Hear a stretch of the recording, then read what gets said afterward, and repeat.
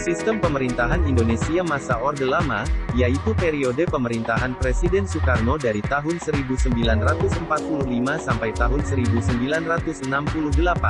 Pada masa Orde Lama, sistem pemerintahan di Indonesia mengalami beberapa peralihan, yaitu sistem pemerintahan presidensial, parlementer, demokrasi liberal, dan sistem pemerintahan demokrasi terpimpin. Berikut penjelasan sistem pemerintahan masa Soekarno. Masa pemerintahan pasca kemerdekaan tahun 1945 sampai tahun 1950, pada masa itu, terjadi perubahan sistem pemerintahan dari presidensial ke parlementer, di mana presiden memiliki fungsi ganda, yaitu sebagai badan eksekutif dan merangkap sekaligus sebagai badan legislatif. Pada masa itu juga, terjadi penyimpangan UUD 45, beberapa diantaranya, Komite Nasional Indonesia Pusat berubah fungsi, dari pembantu presiden menjadi badan yang diserahi kekuasaan legislatif dan ikut menetapkan GBHN yang merupakan wewenang dari MPR. Masa Perang Kemerdekaan, kabinet pertama terbentuk 2 pekan setelah proklamasi kemerdekaan. Saat itu, Soekarno dan Mohatta yang terpilih sebagai presiden dan wakil presiden menentukan sendiri kabinetnya. Masih di tahun yang sama, akhirnya diputuskan Indonesia perlu memiliki Perdana Menteri untuk memimpin kabinet. Berikut susunan kabinet pada pemerintahan presidensial.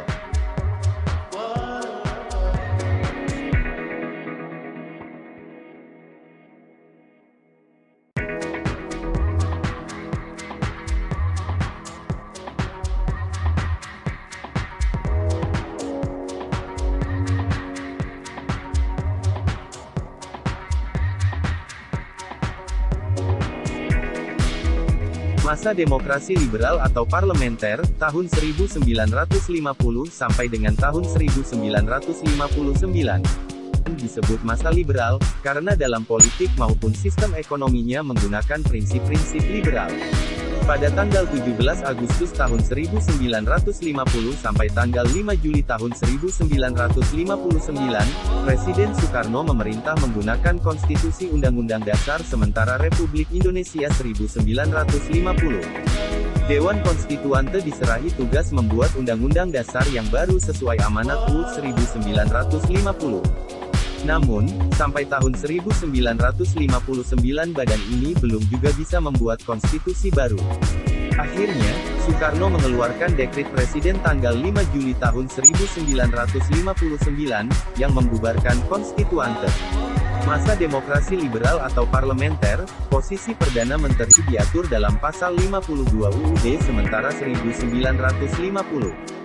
Perdana Menteri dipilih oleh Presiden. Tugasnya mengurusi pemerintahan dan kabinet. Pada praktiknya, Perdana Menteri bertanggung jawab kepada Badan Pekerja Komite Nasional Indonesia Pusat atau Dewan Perwakilan Rakyat Sementara. Inilah penyebab kabinet sering berganti. Jika Komite Nasional Indonesia Pusat tidak puas, mereka bisa menjatuhkan kabinet dan meminta Presiden membentuk kabinet baru. Sistem pemerintahan demokrasi terpimpin pertama kali diumumkan oleh Presiden Soekarno dalam pembukaan sidang konstituante pada tanggal 10 November tahun 1956.